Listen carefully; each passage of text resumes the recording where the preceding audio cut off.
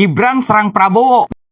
Gibran serang Prabowo. Narasi ini bukan isapan jempol. Ade Armando, si loyalis peliharaan Setian Gibran Rakabuming yang dulu mati-matian bela Jokowi dan keluarganya, sekarang udah mulai menggigit Prabowo. Dan gigitannya lewat siapa? Lewat MBG. Ini bukan kebetulan, bro. Ini politik dua muka PSI, Gibran dan Jokowi yang lagi kebongkar telanjang. Dulu mereka peluk-peluk, cium-cium, bagi kursi, janji setia sampai mati. PSI pura-pura garang oposisi, tapi tiap kali angin berubah langsung loncat ke pangkuan penguasa. Gibran sok loyal wakil presiden, Jokowi sok pensiun tapi dalangnya masih gerayangan. Sekarang begitu Prabowo pegang kendali, mereka kirim Ade Armando sebagai sniper, serang dari belakang lewat MBG supaya tangan mereka tetap bersih. Ini namanya pengkhianatan kelas kakap, politik ular berbisa. Mereka cuma mau kuasai istana sendirian. Prabowo cuma alat buat naik, setelah itu dibuang kayak sampah. Topeng dua muka Jokowi, Gibran, PSI udah retak. Yang kalian lihat sekarang adalah wajah asli mereka. Tamak, siap tusuk siapa aja yang menghalangi tahta dinasti. Ternyata pidato Gibran ke Prabowo seperti penghinaan. Gibran ini memang mengguncang Indonesia.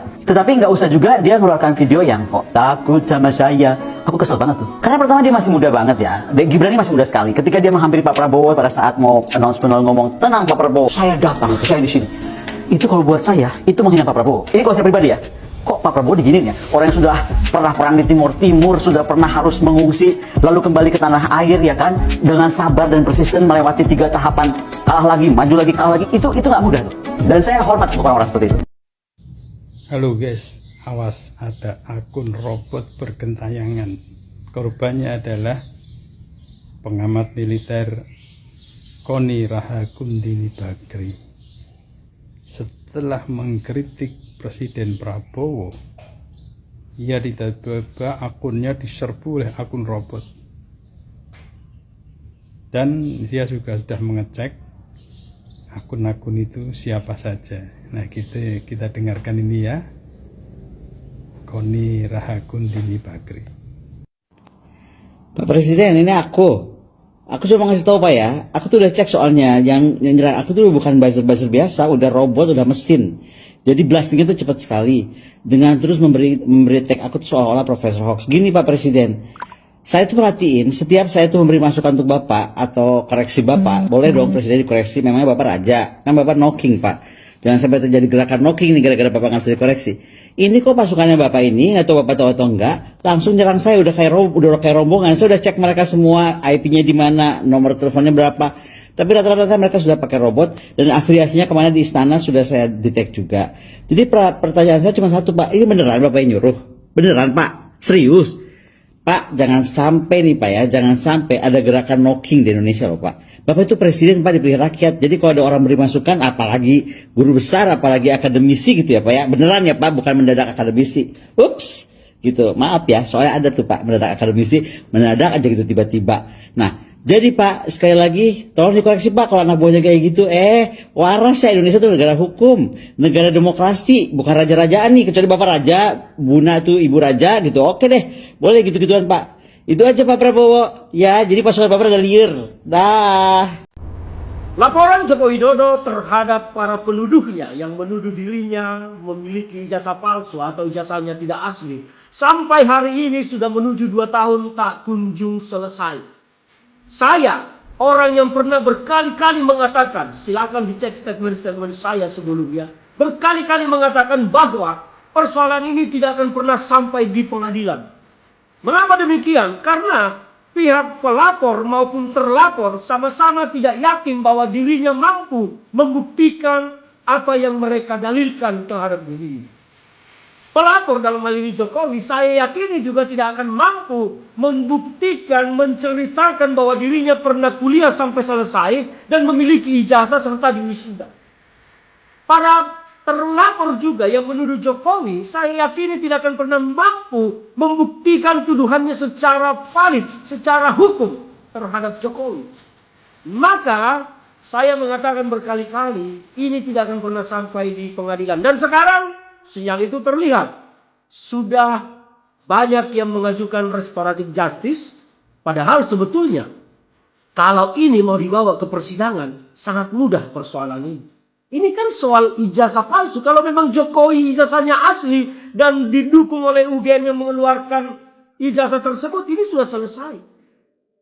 Tapi ternyata mengapa ini datang sampai di pengadilan? Karena memang tidak akan pernah sampai. Mengapa demikian? Karena kedua belah pihak, pelapor maupun terlapor, tidak akan pernah mampu membuktikan secara valid, secara hukum tentang dirinya masing-masing. Inilah bangsa kita. Dan sampai kapan ini akan bergulir? Malah bergulir ke hal yang persoalan moral. Refli dan Tifa dituduh macam-macam. Dan Farhad Abbas bicara dang ding dung dang ding. Saya tertawa mengikuti perkembangan ini. Saya lucu sendiri, geli sendiri melihat situasi ini. Dari persoalan pembuktian yang sangat mudah, hal sepele membuktikan ijazah Jokowi asli, berubah menjadi sebuah eskalasi yang sangat rumit dan buat. Bahkan berkembang sampai nama-nama disebut, ada jenderal di belakangnya, segala macam. Ini apa persoalan ini sebetulnya? Persoalannya hanya satu. Pemilik ijazah maupun penuduh sama-sama tidak mampu membuktikan tentang dirinya.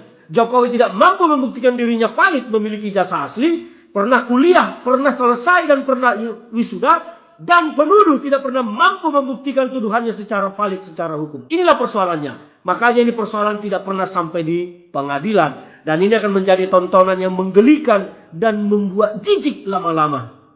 Saya cukup kecewa terhadap Pak Prabowo Subianto yang hanya melakukan unggahan postingan di Instastory untuk menyampaikan duka cita dan bela sungkawa terhadap prajurit terbaik TNI yang gugur dalam misi perdamaian di Libanon. Dan saya juga melihat postingan Kemenlu di media sosial untuk mengecam keras itu juga baru hanya sebatas simbolik saja.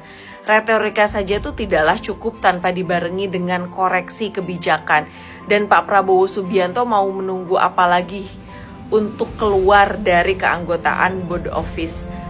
Sudah harga diri bangsa dipertaruhkan, tidak memberikan dampak konkret terhadap keselamatan pasukan.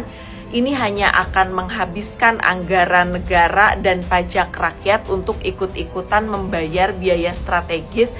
Dan ini tuh menciptakan tumpang tindih kebijakan tanpa nilai tambah yang jelas. Sesekali tolonglah Pak Presiden, dengarkan apa yang disampaikan oleh akademisi, para pengamat hubungan internasional, untuk apa bertahan dengan negara yang itu punya kehendak sendiri, melanggar perdamaian dunia dan hukum internasional.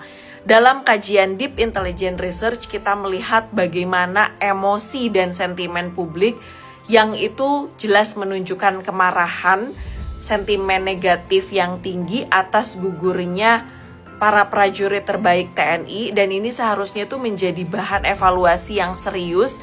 Jika memang forum Board Office ini tidak memberikan dampak signifikan dan berguna untuk kepentingan nasional, maka publik meminta Pak Prabowo memiliki kebijakan yang tegas untuk segera keluar dari Board Office. Tapi kira-kira menurut pendapat teman-teman, Pak Prabowo akan mendengarkan masukan dan kritikan dari rakyat dan beberapa yang disampaikan dalam media sosial, atau ya seperti biasa mendengarkan orang-orang yang ada di dekatnya yang itu bisa jadi justru menjerumuskan dan merusak negara Indonesia itu sendiri. Gimana menurut pendapat teman-teman?